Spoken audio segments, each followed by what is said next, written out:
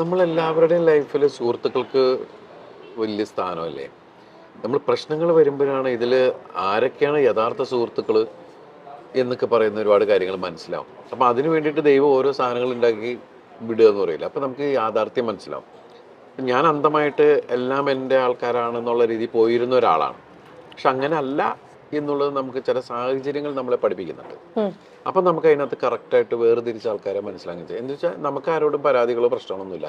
തിരിച്ചറിവ് ഇത്രേ ഉള്ളൂ. അല്ലാണ്ട് അതിൻ്റെ പേരിൽ അതെന്ന് വെച്ചിട്ടുണ്ടെങ്കിൽ എല്ലാവർക്കും അവരുടെ വ്യക്തമായ കാരണങ്ങൾ ഉണ്ടാവാം. അപ്പോൾ പിന്നെ നമുക്ക് നമ്മൾ ബോധ്യപ്പെടുക. നമ്മൾ ചില സമയത്ത് നമ്മൾ വിചാരിക്കാത്ത ആൾക്കാർ, അപ്പോൾ എൻ്റെ ലൈഫിൽ ഞാൻ സ്വപ്നത്തിൽ വിചാരിക്കാത്ത ആൾക്കാർ വന്നിട്ടാണ് കൂടെ നിന്ന് സപ്പോർട്ട്. ഞാൻ ഇയാൾക്കൊക്കെ എത്ര ഇഷ്ടമാണോ എന്നെ എന്ന് തോന്നിയിട്ടുള്ള വിഷയങ്ങൾ ഉണ്ടായിട്ടുണ്ട്. അത് വലിയ വലിയ ഇൻഡസ്ട്രിയിലെ ആൾക്കാർ. കാരണം ഞങ്ങൾക്ക് അങ്ങനെയുള്ള സാധനത്ത് ഇറങ്ങി വന്ന് വീടിനെ നമ്മൾ പാമ്പർ ചെയ്യുക എന്ന് പറയില്ലേ. അപ്പം അവരുടെ മനസ്സിൽ നമ്മൾ ഇത്രയും അവർ നമ്മളെ ചേർത്ത് വെച്ചിട്ടുണ്ട്. പ്രകടനത്തിലും സംസാരത്തിലും അങ്ങനെ ഫീൽ ചെയ്തിട്ടില്ലെങ്കിലും വളരെ അപൂർവമായിട്ടേ നമ്മൾ സഹകരിക്കുന്നുള്ളൂ. അങ്ങനെയൊക്കെയുള്ള സമയത്ത് പോലുള്ള ആൾക്കാർ പോലും വന്നിട്ട് ഭയങ്കര ഇതാവുക എന്ന് പറയില്ലേ. എൻ്റെ വീട്ടിലെ ആൾക്കാരൊക്കെ ഭയങ്കര പാമ്പർ, ഇങ്ങനെ ആരും ഇല്ലെങ്കിൽ എല്ലാം നമ്മൾ എന്താണ് ഒരു പിടിയില്ലാത്തൊരവസ്ഥയിൽ കൂടി പോകുമ്പോഴേക്കേ അതൊക്കെ വലിയ എക്സ്പീരിയൻസ് തന്നെയാണ് ലൈഫ്. എന്നാൽ ഒരു 3 AM ഫ്രണ്ട് നമ്മൾ പറയും, രാത്രി 3 മണിക്കാണെങ്കിലും എനിക്ക് അവനെ വിളിക്കാം, എനിക്കത് ചർച്ച ചെയ്യാം. അങ്ങനെ എല്ലാവരുടെ മനസ്സിൽ അങ്ങനെ ഞങ്ങൾക്കൊക്കെ ഒരു 3 AM ഫ്രണ്ട് കാണുമല്ലോ. ദിലീപേട്ടൻ അങ്ങനെ ഒരു 3 AM ഫ്രണ്ട് ആരാന്ന് ചോദിച്ചാൽ സ്കൂളിൽ പഠിച്ചവരായിരിക്കും, ആര് വേണം അങ്ങനെ ഒരാൾ. എനിക്ക് എൻ്റെ ഇപ്പോൾ ഉള്ള സുഹൃത്തുക്കളെല്ലാം 3 AM ഫ്രണ്ട്സാണ്. ആണല്ലേ? കാരണം ഏത് സമയത്ത് വിളിച്ചാലും ഏത് സമയത്തും വിളിക്കുക. കാരണം ഞാൻ ആയിട്ട് കമ്മ്യൂണിക്കേറ്റ് ചെയ്യുന്ന ആണായാലും പെണ്ണായാലും അവർക്കും അങ്ങനെ തന്നെയാണ്. 24 hours എന്ന് പറയുന്ന പോലെയാണ്. അല്ലാണ്ട് ഫോമൽ അത് ഇപ്പോൾ ഉള്ള ഫ്രണ്ട്സിനെ ഞാൻ പറഞ്ഞത്. ഏത് സമയത്ത് അതിലിപ്പോൾ എടുത്തു പറയാൻ നിങ്ങൾക്കറിയാം. ഇപ്പം നാദിർഷയാണെങ്കിൽ ലാൽ ജോസ്, കുറേ പേരുണ്ട്. അതിപ്പോൾ സംവിധായകർ പോലും ആണെങ്കിലും ഞാൻ ഒരു സമയം പോലും നോക്കാണ്ട് വിളിക്കുന്ന ആൾക്കാരെ കൂടുതലും. എനിക്കെപ്പം വിളിക്കണം തോന്നുന്നു, സംസാരിക്കണമെന്ന് പറയണ സുഹൃത്തുക്കളെ. പണ്ട് നമ്മൾ ഫോമലായിരുന്നു അങ്ങനെ. വിഷയം വരുമ്പോൾ ആരെന്തൊക്കെയുണ്ടെന്ന് പറയുമ്പോൾ എൻ്റെ ഇപ്പോൾ വീടിൻ്റെ അവിടെ നോക്കുകയാണെങ്കിൽ എന്നെ ഏറ്റവും കൂടുതൽ സപ്പോർട്ട് ചെയ്ത ആൾക്കാരാണ് ശരത്ത്, ബൈജു എന്നൊക്കെ പറഞ്ഞത്. അവർ പക്ഷേ അവരെയും കൂടി കൊണ്ടുവന്ന് ഇതിനകത്ത് ഈ കേസിൽ പ്രതികളാക്കുക എന്നൊക്കെ പറയുന്നൊരവസ്ഥയാണ്.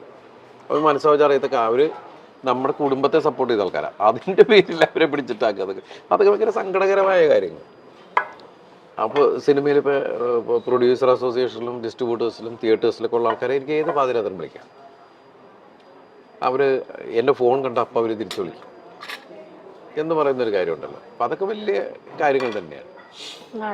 അല്ല, ഇത് പറഞ്ഞുകൊണ്ടിരിക്കുമ്പോൾ നമ്മുടെ അടുത്ത ഡിഷ് വന്നു. ചേട്ടാ വാലു, ചേട്ടന് 2 വാക്ക് നമ്മുടെ മലയാളി പ്രേക്ഷകർക്ക് വേണ്ടി സംസാരിക്കും. മലയാളത്തിൽ പറയൂ. മലയാളത്തിൽ വരൂ ഏട്ടാ. ആദ്യം ഈ ഡിഷിനെ പറ്റി പറയാം. ഇത് പാഷൻ ഫ്രൂട്ടിന്റെ അല്ലേട്ടാ, ഇതൊക്കെ ഞങ്ങൾ സ്ഥിരം കഴിക്കുന്നയാ. അമർ അക്ബർ എന്തോണിയോ കമാര സംഭവം ഏതാ വേണ്ടേ ഞാൻ പറഞ്ഞുതരാം. എല്ലാം എവറിത്തിങ്. ഇത് ചിക്കനാണ്. അതാണ് പഴംപാനിയുണ്ട്, ചിക്കനുണ്ട്. ചിക്കൻ ഒരു ഗ്രില്ല് പോലത്തെ ആട്ടാ. പിന്നെ ഇതിന്റെ ഏറ്റവും വ്യാഴാഴ്ച ആയതുകൊണ്ടാണ് ഞാൻ നോൺ വെജ് കഴിക്കാത്ത. ഇതൊന്നിനെ പറ്റിയും ധാരണയില്ലാത്ത കിട്ടുന്ന എല്ലാം വലിച്ചു വാരി കഴിക്കുന്ന ഞങ്ങളെ പോലുള്ള നമ്മൾ ഈ തിങ്കൾ അങ്ങനെയൊക്കെയുള്ള ചില ദിവസങ്ങൾ, ശനി എന്നൊക്കെ പറയുന്ന ദിവസങ്ങൾ അങ്ങനെ വെജിമ്മയാണ് പോകുന്നത്. നല്ലതായിട്ടാ. മൊത്തം ഒന്ന് ക്ലെൻസ് ആവാനും നമുക്ക് ശാരീരികമായും. It's very nice. Matheesh, thank you. കപ്പ ബിരിയാണി ഉണ്ട് കേട്ടോ ഇതില്. അതാണ് എനിക്ക് കമാര സംഭവം ഞങ്ങൾ എടുക്കുന്നതിന്റെ ഏറ്റവും കാര്യം. കപ്പ ബിരിയാണിയും കൂടെ കിട്ടും. പുട്ടും ചിക്കനും കപ്പ ബിരിയാണി, ഈ പാഷൻ ഫ്രൂട്ട്, പിന്നെ ട്യൂണ സാലഡ് ആണ് കേട്ടോ. ഇത് ട്യൂണയാണ്. ട്യൂണ കൊണ്ടുള്ള സാലഡ്. അപ്പൊ മൊത്തം ഒരു നോൺ വെജിന്റെയും വെജിന്റെയും ഒരു പക്ക ബാലൻസ് സംഭവമാണ് നമ്മുടെ ഈ കമാര സംഭവം. ഒരു സംഭവമാണ് കമാര സംഭവം.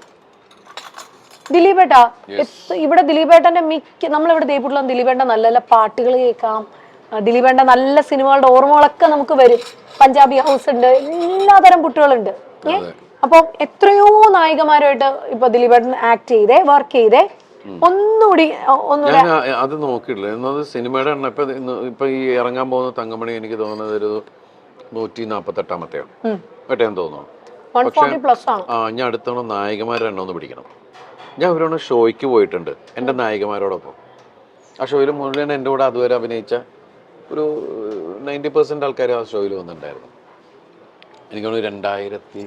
ഈ ദിലീപേട്ടൻ ചിലപ്പം ഈ ദിലീപേട്ടനും ഈ പണ്ട് മണിച്ചേട്ടനൊക്കെ ഉണ്ടായിരുന്നു, വെറുതെ ഇങ്ങനെ കഥകളൊക്കെ മെനഞ്ഞ് ഇവരെ പറഞ്ഞ് വിശ്വസിപ്പിക്കുക.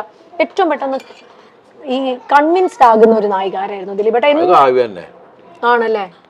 എല്ലാവരും പറ്റിക്കണ ഒരു, കാരണം എല്ലാ കോർട്ടിസ്റ്റുകളും കളിയാക്കുക. അതാണ് സലീമൊക്കെ പറഞ്ഞത്.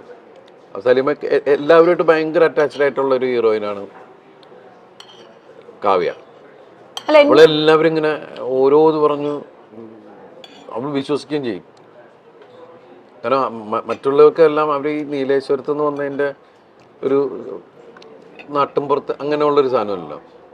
അതെല്ലേ എന്നൊക്കെ പറഞ്ഞു, അതേന്നൊക്കെ പറഞ്ഞ് അങ്ങോട്ട് വിശ്വസിപ്പിച്ച് വെച്ചിട്ട് കുറെ എടോ എന്നൊക്കെ പറ അങ്ങനെയൊക്കെ ഉള്ളൊരു സാധനം ഉണ്ടല്ലോ. അല്ല പണ്ടപ്പോ ആ ഒരു കാസർഗോഡ് ഭാഷ ഇപ്പം എല്ലാം വരാറുണ്ടോ ദിലീപേട്ട? ഇല്ല, ഇപ്പൊ അവരൊക്കെ സംസാരിക്കുമ്പോ ഞാൻ കേൾക്കുന്നത്. ഇപ്പൊ എനിക്ക് അങ്ങനെ ചിരി വരാ. പണ്ട് ആദ്യം വരുമ്പോ ഞാനിങ്ങനെ പോകുമ്പോ ബസ് കുത്താൻ വന്നു, ബസ് കുത്താൻ വരികയെ ഇടിക്കാൻ വന്നു.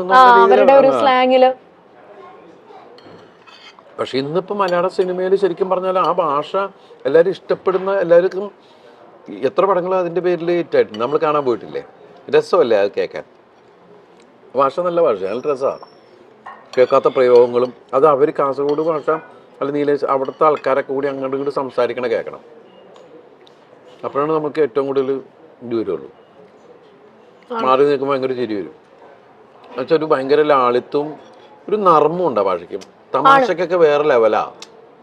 നമുക്ക് എങ്ങനെ അത് ഇന്റർപ്രറ്റ് ചെയ്യാം ഇവരുടെ ചില വാക്കുകൾ. വീടിന്റെ കാര്യം പറഞ്ഞപ്പോട്ടാ, നമുക്കിവിടെ കൊച്ചിയിൽ ഇവിടെ ബെയ്റ്റ് ഹോംസ് 4 എന്ന് പറഞ്ഞിട്ട് ഒരു ഗ്രൂപ്പ് ഉണ്ട്. ഇപ്പൊ ബെയ്റ്റ് ഹോംസ് 4 എന്നാണ് അവരുടെ പേര്. അവർ 50%, അതായത് ഇപ്പൊ ഏതൊരാളുടെ സ്വപ്നമാണ് വീടെന്ന് പറയുന്നത് ദിലീപേട്ട. അപ്പൊ അവർക്ക് മുഴുവൻ കാശ് വേണ്ട, കയ്യിൽ ഒരു 50% കാശ് ഉണ്ടെങ്കിൽ അവർ വീട് പണിത് കൊടുക്കും. അതാണ് അവരുടെ കൺസെപ്റ്റ്. ബാക്കി ഈ പറഞ്ഞ പോലെ തവണ വ്യവസ്ഥകളായിട്ട് അടച്ചുകൊണ്ടിരുന്നാ മതി കേട്ടോ. അടയ്ക്കണം 50 തവണത്തെ ഇതായിട്ട്. പിന്നെ പലിശ 10,000 സ്ക്വയർ ഫീറ്റ് വീട് പണിയുന്നുണ്ട്, അപ്പൊ അവർ ഇട്ടോളൂ പകുതി കാശ് ചേട്ടാ. പിന്നെ അടക്കേണ്ടി വരും, സബ്സിഡി വരും. പക്ഷെ അവര് 20% പലിശയിൽ സബ്സിഡിയും തരും. പിന്നെ ഇപ്പൊ ദിലീപേട്ടൻ ദൂരത്താണ്, നമ്മളെല്ലാവരും തിരക്കിലാണെങ്കിൽ സൈറ്റിൽ ഇവർ ക്യാമറയൊക്കെ വെച്ചിട്ടുണ്ട്. അപ്പൊ അതിലുവഴി നോക്കിയാൽ മതി. ഇന്നത്തെ ഞങ്ങളുടെ ഈ ഷോയുടെ മേജർ ക്ലയന്റ് കൂടിയാണ് കേട്ടോ അവര്, ബെയ്റ്റ് ഹോംസ്.